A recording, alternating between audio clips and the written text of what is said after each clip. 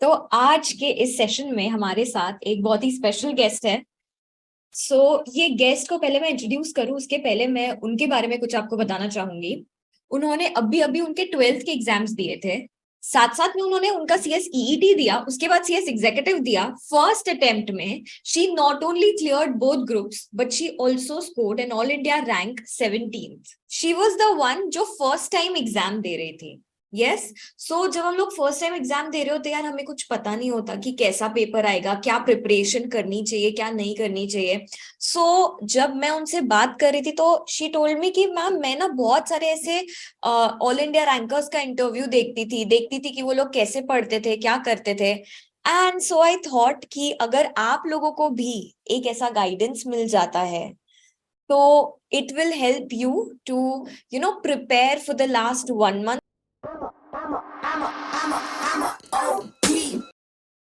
So let's hear it from the All India ranker herself, Abigail James. Hi guys, nice to meet you all. All right. सबसे पहले तो Abigail, आपने कैसे prepare किया था, क्या प्रिपेयर किया था? पहले तो आप खुद बता दीजिए स्टूडेंट्स को कि जो लास्ट 1 month है उसमें क्या करना चाहिए, क्या नहीं करना चाहिए। क्योंकि बहुत बार क्या हो जाता है कि we just go after it कि नहीं यार ये भी पढ़ लेते, ये भी पढ़ लेते, ये भी पढ़ लेते, बहुत ज्यादा कंफ्यूजन हो जाता है फिर कि ये भी करना है, वो भी करना है। तो कैसे प्लान आउट करना चाहिए और क्या चीजों पे ज्यादा फोकस करना चाहिए, क्या चीजें नहीं करनी चाहिए? अगर मैं आज की डेट की बात करूं तो it's 27th of April Yes. और आपके एग्जाम्स जून 1 से होंगे, राइट? तो इस बीच में हमारे पास 34 days है for you to prepare for your exams. तो how you can plan these 34 days? अगर मैं आपकी जगह पर होती तो फिर चाहे आप कोई भी ग्रुप के स्टूडेंट हो, ग्रुप 1 के हो, ग्रुप 2 के हो या फिर बोथ ग्रुप्स के स्टूडेंट हो, what you can do is कोई भी एक सब्जेक्ट उठाओ। से फॉर एग्जांपल टैक्स लॉ। अगर मैं ग्रुप 2 की बात करूं तो ईबीसीएल, ये दोनों अपने आप में बहुत वास्ट सब्जेक्ट्स हैं। तो मैं क्या करती थी, जो ये वास्ट सब्जेक्ट्स हैं उनके लिए 3 दिन अलॉट करो और ये 3 दिन में वो पूरा सब्जेक्ट थरली रिवाइज कीजिए। थरली रिवाइज करने में क्या क्या चीजें आती है? एक है आपका जो सेल्फ रिटन नोट्स है, जो आपने खुद से अपने हाथों से लिखे होंगे, अपने लैंग्वेज में लिखे होंगे, उन नोट्स को रिवाइज कीजिए। और जो पास्ट 5 अटेम्प्ट्स के क्वेश्चन पेपर्स है, अभी हमारे पास इतना टाइम नहीं है कि हम एक एक सॉल्व करें। तो आप क्या कर सकते हैं, कोई भी एक अटेम्प्ट का पेपर रैंडम कोई भी उठा लेना, कोई भी एक अटेम्प्ट का पेपर सॉल्व करो तो आपको टाइम मैनेजमेंट समझ में आ जाएगा। और जो बाकी के 4 अटेम्प्ट के पेपर्स है उनको आप गो थ्रू कर सकते, ओरली गो थ्रू कर सकते हैं। और गो थ्रू करते वक्त आपको एक बात पता चलेगा कि कई सारे ऐसे क्वेश्चंस है जो आउट ऑफ द बॉक्स आए, आउट ऑफ सिलेबस आए। तो इन क्वेश्चंस को आप इनका क्वेश्चंस को जो आंसर है उनको आप कोई तो भी एक बुक में जो मेन पॉइंट्स है, की पॉइंट्स है, उसको आप लिख कर रख सकते हैं, ताकि अगर सिमिलर क्वेश्चन आता है या फिर सेम क्वेश्चन रिपीट हो जाता है तो you can write the answer properly. और धीरे धीरे अपना टाइम कम करते जाइए। जिस सब्जेक्ट को आपने 3 दिन में रिवाइज किया उसे 1 दिन में रिवाइज करने की कोशिश कीजिए, फिर आधे दिन में रिवाइज करने की कोशिश कीजिए। ऐसा टाइम को कम करते जाएंगे तो एग्जाम के एक रात पहले सब कुछ रिवाइज हो जाएगा। अभी के कुछ ना स्टूडेंट ऐसे हैं जो अभी चालू करेंगे उनका revision, like they will start now. तो उनको सबसे पहले कैसे चालू करना चाहिए? लाइक 5 days एक सब्जेक्ट को देने चाहिए, 3 days देने चाहिए, 2 days देने चाहिए? Like how can they proceed if they start now like revising all the subjects? So for the lengthy subjects you can allot 3 days। And जो छोटे सब्जेक्ट्स है JIGL SBC वगैरह, अगर मैं ग्रुप 2 की बात करूँ तो CMA है, it's not a very lengthy subject, तो उनके लिए आप 2 दिन अलॉट कर सकते हैं। ऐसे 3-2-3-2 के कॉम्बिनेशन में एक बार थरो रिविजन करके निकाल सकते हैं। ओके। तो फर्स्ट रिविजन करना है जो कि एकदम थॉरो रहेगा, हर सब्जेक्ट को 2 या 3 दिन अलॉट करके, राइट? और एग्जाम के पहले मतलब अभी 1 month में कितनी रिविजन्स होनी चाहिए? लाइक ये वाली जो फर्स्ट रिविजन है, this will be a very thorough revision. इसमें ही हम लोग पास्ट एग्जाम पेपर्स करेंगे, इसमें ही हम लोग पूरा जो हमारा फैकल्टी के नोट्स है या जो हमने समरी नोट्स बनाए हैं वो एकदम गो थ्रू करेंगे। Yes, okay. तो और एक सेकेंड रिविजन भी होगा? यस, जैसे जैसे आप टाइम कम करेंगे, आप एक दिन में एक बार रिवाइज करेंगे, फिर वो इस चीज को आधे दिन में रिवाइज करें, तो minimum 3 times revision in this 1 month। Okay तो अभी 2-3 दिन में जो एक सब्जेक्ट वो लोग रिवाइज करेंगे उसमें उन लोगों ने फैकल्टी की नोट्स पढ़ ली, साथ साथ में पास्ट एग्जाम पेपर्स एक सॉल्व कर लिया और ऐसे थोड़े बहुत गो थ्रू कर लिया है, राइट? अभी जो नेक्स्ट रिवीजन वो लोग करेंगे उसमें वो लोग क्या करेंगे, लाइक देयर आर स्टूडेंट्स जिन लोगों का सिलेबस अभी तक कंप्लीट भी नहीं हुआ है, so how can they proceed? My very Frank advice would be, अलग अलग चीजों को ट्राई मत करना ये एक महीने में, और कुछ नया एक्सपेरिमेंट तो बिल्कुल भी मत करना ये एक महीने में। लाइक अगर आपका, मेरा भी बहुत बैकलॉग था, अराउंड 10% सिलेबस बैकलॉग तो मैंने कभी देखा भी नहीं था। छोड़ लेक्चर दिया था ना, वो छोड़ दिया था ना। छोड़ दिया था अभी बिकॉज एक्चुअली इतने सारे से स्टूडेंट्स हैं जिनका मतलब बैकलॉग तो है ही, फिर वो लोग बोलते हैं दीदी अभी तो हम वीडियो लेक्चर्स देख रहे हैं, फिर हम कंप्लीट करेंगे, फिर हम देखेंगे। तो आई सजेस्टेड देम कि अभी जो छूट गया है ना उसको छोड़ दो और सेल्फ स्टडी पे ज्यादा फोकस करो।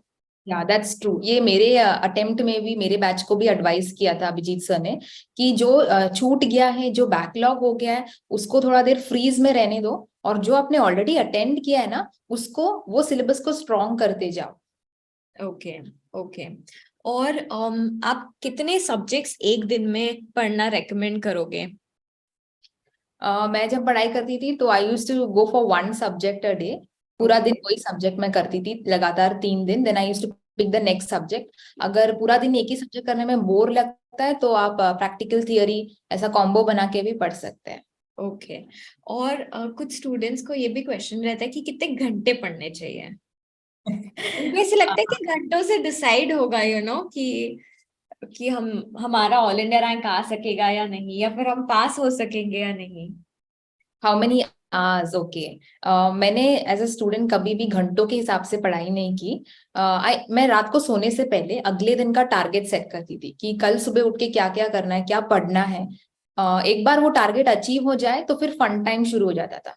नाउ इट डिपेंड्स, आपका रोज का एनर्जी लेवल क्या है, क्या मूड है, उसके हिसाब से कभी 6 घंटे में टारगेट अचीव हो जाता था, तो कभी वही टारगेट अचीव करने में 12 घंटे लगते थे, 18 घंटे लगते थे। तो that will depend and very. लेकिन ऑन एन एवरेज अगर मैं फिर भी बताऊं तो एग्जाम के मंथ्स में मिनिमम 8 to 10 आवर्स पढ़ना चाहिए, एफिशिएंटली पढ़ना चाहिए। ऐसे नहीं कि आप बुक हाथ में बैठ के रखे और उसे सिर्फ घूरे जा रहे हो। Efficient study of 8 to 10 hours. Okay और भी हमारे क्वेश्चंस थे। रिविजन्स तो आपने बता दिए कि 3 करने चाहिए। अभी the next question is what to do and what to not do in the last 1 month. Like क्या चीजों पे ज्यादा फोकस करना चाहिए और क्या बिल्कुल भी नहीं करना चाहिए। जैसे वन थिंग यू सेड कि जो भी न्यू चीज है वो एक्सपेरिमेंट नहीं करनी चाहिए। अगर रात में पढ़ते हो तो रात में ही पढ़ो, दिन में if you are a morning person then prefer that only, right? क्या चीजें नहीं करना चाहिए उसमें मैं कुछ और पॉइंट्स ऐड करूंगी। एक है, डोंट ट्राई एनीथिंग न्यू। ये लास्ट 1 मंथ में आपको जो इन्फॉर्मेशन आपके ब्रेन में ऑलरेडी है उसको स्ट्रॉन्ग करते जाओ। दूसरा है कि किसी और फैकल्टी के पास भागना, या फिर अपने कोई और दोस्त के नोट्स रेफर करना, किसी और के हैंडराइटिंग में लिखे हुए चीजों को पढ़ना, ये थोड़ा अवॉइड करो, आपका ब्रेन के ऊपर प्रेशर बढ़ सकता है। देन तीसरा वुड बी, घर का खाना खाने की कोशिश करना, अवॉइड ईटिंग जंक फूड। अगर तबीयत खराब हो जाती है तो आपकी प्रिपरेशन पे इसका असर पड़ सकता है। And then another point I would say is avoid undue stress. ये मेरे साथ हुआ था। मैंने 6 महीनों में मेरा एग्जीक्यूटिव प्रिपेयर किया था। पूरे 6 महीने अच्छे चले, एकदम मस्त चल रहा था प्रिपरेशन सब। एग्जाम की एक रात पहले मेरे को एग्जाम फीवर चढ़ गया था, और एकदम खतरनाक टाइप चढ़ गया था। मतलब I had severe nausea, vomiting and all. मेरे को बस Oh my स्ट्रेस हो रहा God. था। हाँ, मेरे को बस इतना स्ट्रेस हो रहा था कि मेरा पहला अटेम्प्ट है, मैंने पढ़ाई किया क्या, क्या आएगा एग्जाम में। इंस्टीट्यूट ने टफ पेपर निकाला तो मेरे को एग्जाम सेंटर का है नहीं मालूम, मेरा रोल नंबर, हॉल टिकट, ये सब चीजों को लेके स्ट्रेस लेवल्स बढ़ गए थे। बिकॉज ऑफ विच क्या हुआ, I had to go for medications, injections, just to get my stress levels down. तो इतना स्ट्रेस लेना it's not good for health. अपने आप को बोलो ऑल इज वेल, सब ठीक हो जाएगा। और try to maintain a calm mind. I know it is difficult, मेरे को भी लोगों ने बोला था अभी कि इतना स्ट्रेस मत ले, बी काम। लेकिन जिसके ऊपर बीतता है ना उसी को समझ में आता है। ट्राई टू बी काम, सब ठीक हो जाएगा। से all is well and just go and attempt. Okay और जब हम लोग मतलब हमारा पेपर रहता है, लाइक सपोज आज मेरा कंपनी लॉ है, फिर एक दिन छोड़ के या फिर तुरंत नेक्स्ट डे मेरा पेपर है, so what was your schedule like? तुम पेपर देकर आते होंगे, उसके बाद what you used to do? हमारे एग्जाम ना दोपहर में होते थे, 2 to 5 वाज आवर टाइमिंग, क्योंकि मेरा Yeah. टाइम दिसंबर में था। तो after I come home like 5:30 मैं घर पहुंच जाती थी। उसके बाद I used to take 1 hour nap, power nap, क्योंकि वो पूरा कंपनी लॉ का जो ये चढ़ा था वो उतरने के लिए I used to take a 1 hour power nap. उसके बाद I used to just revise the main headings and topics. पूरा सिलेबस तो नहीं होगा, मेन हेडिंग्स ऊपर ऊपर के जस्ट ग्लैंस थ्रू कर लेने का पेजेस से, और होमली फूड खाने का, और मिनिमम 6 hours सो जाने का। ये चीजें, ये एक गलती है जो मेरे दोस्तों ने किया था, मेरे बैचमेट्स ने किया था। वो बिना सोए एग्जाम हॉल चले जाते थे। That's very bad. At least 6 hours of sleep सोना चाहिए। साल भर में आप नहीं सोए दैट्स ओके, लेकिन एग्जाम के एक रात पहले मिनिमम 6 hours ऑफ स्लीप कोशिश। बट आप पूरा सिलेबस रिवाइज करते थे? लाइक सारे पेजेस ऐसा टर्न करते थे, या फिर कुछ टॉपिक्स किए कुछ नहीं किए एग्जाम के पहले? एग्जाम एक्चुअली जो आपने पूरा 1 month पढ़ा होगा, जैसे आपने कहा कि आप पहले आप 3 days एक सब्जेक्ट पढ़ते थे, फिर वो 2 days हुआ, फिर 1 day हुआ, तो अभी वाले टाइम में was it possible for you to like just scan through the pages? हाँ, मैंने एग्जाम की एक रात पहले वेटेज वाइज पढ़ाई की। जो वो जो चैप्टर्स कम वेटेज रखते हैं, मैंने उन्हें ग्लांस थ्रू नहीं किया, क्योंकि थरो रिविजन में वो ऑलरेडी कवर्ड था। तो वेटेज वाले चैप्टर्स का हेडिंग्स और जो की पॉइंट्स है वो मैंने एक बार देख लिया, and then I just close the book. Okay. And you preferred the notes, like the faculty's notes only? Yes, Praveen sir तो क्लास में बहुत सारे चार्ट्स बना के देते थे, और सूरज सर भी छोटे छोटे पॉइंट्स बताते थे। वो नोटबुक्स में लिख के रख देना, and your own handwritten notes. क्योंकि कैसा होता है ना, जब हम अपनी हैंड राइटिंग में Did you use your own handwritten notes, like one day before exam and also while you were revising previously for the month? Yes, जो प्रवीण सर लिख के देते ना वही मैंने अपने नोटबुक में लिखा था। That's what I mean. Okay, okay. But you had your own notes जिससे आप ऐसा थोड़ा बहुत ऐसा रिवाइज कर लेते थे?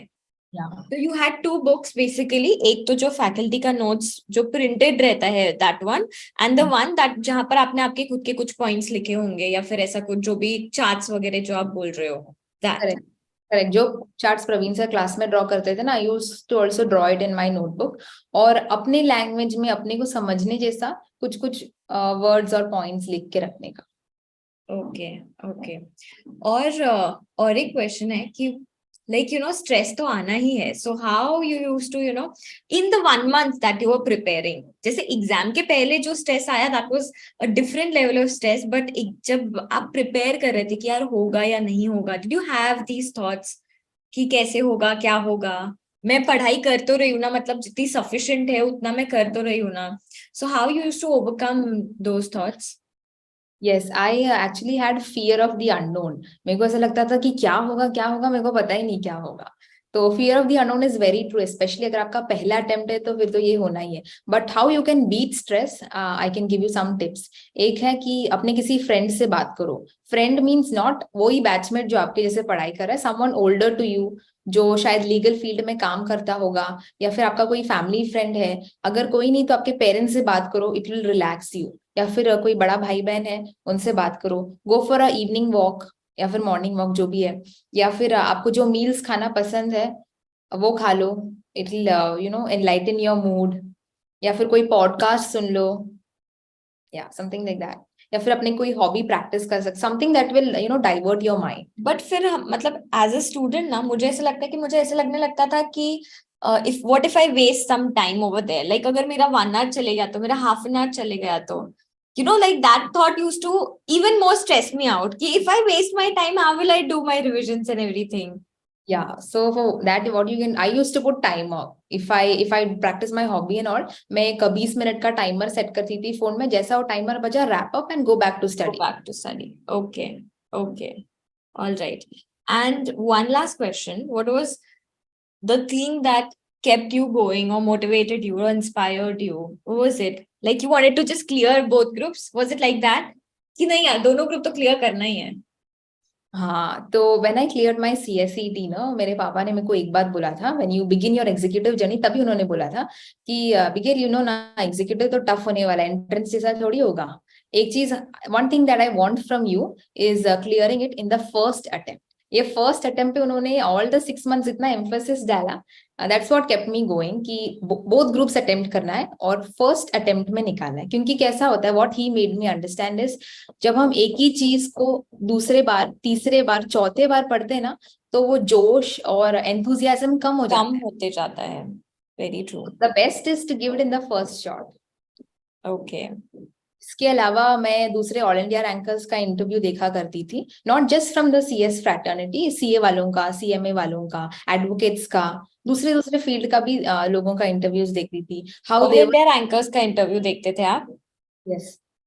अभी आपको कैसा लग रहा है कि आप खुद ऑल इंडिया रैंकर हो और आप खुद इंटरव्यू दे रहे हो और अभी इतने सारे स्टूडेंट्स आपका इंटरव्यू देखने वाले हैं? या it gives me immense pleasure and joy.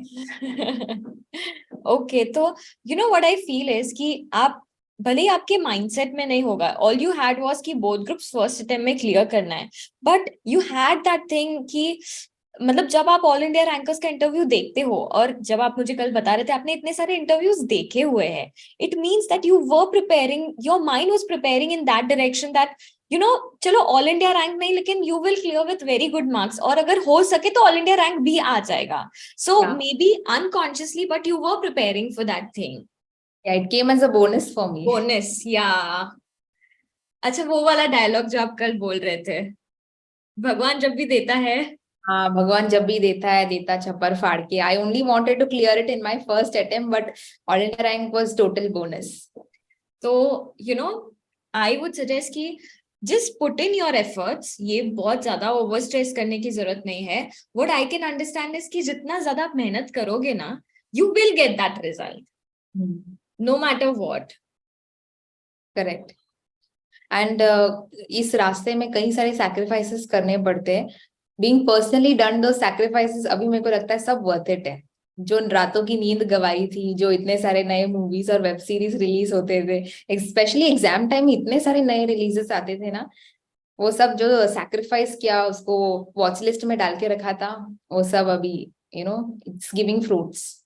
Okay, great great. Just one second. अभी अगर कोई भी ऐसे स्टूडेंट होंगे जिनको कोई क्वेश्चन होगा तो आप प्लीज चैट बॉक्स में लिख देंगे so that we can ask her. अच्छा, one girl is asking, what about writing practice? Did you do any writing practice? You definitely. solved one full course paper, right? And you हाँ also used to give all the weekly tests like beforehand. हाँ, हफ्ते भर में तो weekly test होता ही था। Every Sunday we used to have weekly test. और उसके अलावा प्रवीण सर ने एक चीज बोला था, डे 1 में बोला था उन्होंने, जिस दिन एग्जीक्यूटिव पढ़ाना शुरू किया ना, उस दिन बोला था कि 1 question a day keeps failure away. रोज एक आंसर लिखने का अगर प्रैक्टिस करोगे तो कोई आईसीएसआई एग्जामिनर आपको हरा नहीं पाएगा। और लास्ट 1 मंथ में आपने कितना राइटिंग प्रैक्टिस किया था? वो तो लास्ट 1 मंथ में ऑनेस्टली स्पीकिंग राइटिंग प्रैक्टिस बहुत कम हो गया था, ना के बराबर हो गया था। All writing practice I did in the last 1 month was that solving one paper, that's it. उसके One अलावा full course paper. क्योंकि Okay. पिछले 5 महीनों में I was regularly writing 1 question a day, no, so I didn't practice it last Okay. Okay. And one more question is that, like, did you use scanners or anything like that? एक scanner जो सूरज sir हमेशा mention करते थे वो है टैक्समैन का, for all the practical papers. वो मैंने भी रेफर किया था और काफी अच्छा है। इट आपका जो सिलेबस में आपका जो अंडरस्टैंडिंग है उसे इम्प्रूव करता है। करता है because you solve those MCQs yourself. That's why. Correct. और अगर कोई डाउट आ जाता है तो Suraj sir is always there to help you. तो टैक्समैन के स्कैनर्स मैंने रेफर किए थे। जो थियरी पेपर्स है उसके लिए मैंने कोई स्कैनर यूज नहीं किया। उसके लिए सिर्फ past exam papers were more than sufficient, right? हाँ, पास्ट एग्जाम पेपर्स बेस्ट है। All right, all right. Okay. One last advice that you would like to give everyone who's attempting for June 23 exams, or maybe any December exams or any exam for that matter, who will watch your interview? Okay, I don't know अब इस crowd को मैं अगली अगली बार कब मिल पाऊंगी, so I like to give a few advices. एक होगा, अब जितना मेहनत करना चाहते हो वो पूरा कर लो। बाद में रिग्रेट नहीं चाहिए कि काश थोड़ा और घंटे पढ़ लिया होता। Give it all what it takes. और give God something to bless you. Result के दिन जब हम भगवान से दुआ मांगते कि प्लीज प्लीज प्लीज मुझे पास कर दो, या फिर मेरा ये सब्जेक्ट संभाल लेना, देख लेना, ऐसे जब हम दुआ मांगते हैं तो भगवान भी यही देखता है कि हमने मेहनत करने के टाइम किया था क्या, डेडिकेशन के साथ पढ़ाई किया था क्या, were we sincere. This is what God sees. And one scripture I recollect from the Bible is that it goes like this, कि unless Jehovah God builds the house, it is in vain that the workers work hard for it. मतलब give God something to bless you. That's what all I would like to say. And all the best for your exams. Stress मत लेना, आपने जो भी prepare किया है you'll definitely be able to reproduce it in your answer sheet. Thank you so much Abigail. I am so sure कि काफी सारे स्टूडेंट्स इससे उनके बहुत सारे क्वेश्चंस क्लियर हुए होंगे, प्लस उन लोगों को एक डायरेक्शन भी मिला होगा and they will work even more harder. तो क्या हम करके दिखाएंगे? हाँ भाई, हाँ. All right. Thank you so much Abigail. Thank you for your time. Welcome ma'am, it's my pleasure to be on this platform. You guys, जैसे उन्होंने बताया कि उन्होंने कैसे प्रिपेयर किया था, क्या नहीं किया था. आई जस्ट होप कि आप उनसे वो सारी चीजें सीख सके, आप आपकी जो प्रिपरेशन है वो और अच्छे से कर सके. And if she can do it, you can do it yourself as well. So I will end this video here for today. अगर आपको ये वीडियो पसंद आया होगा तो please give it a thumbs up and comment down below if अगर आपको और ऐसे वीडियोस देखने हैं तो. Thank you so much. Bye bye. Take care. Outro. See you.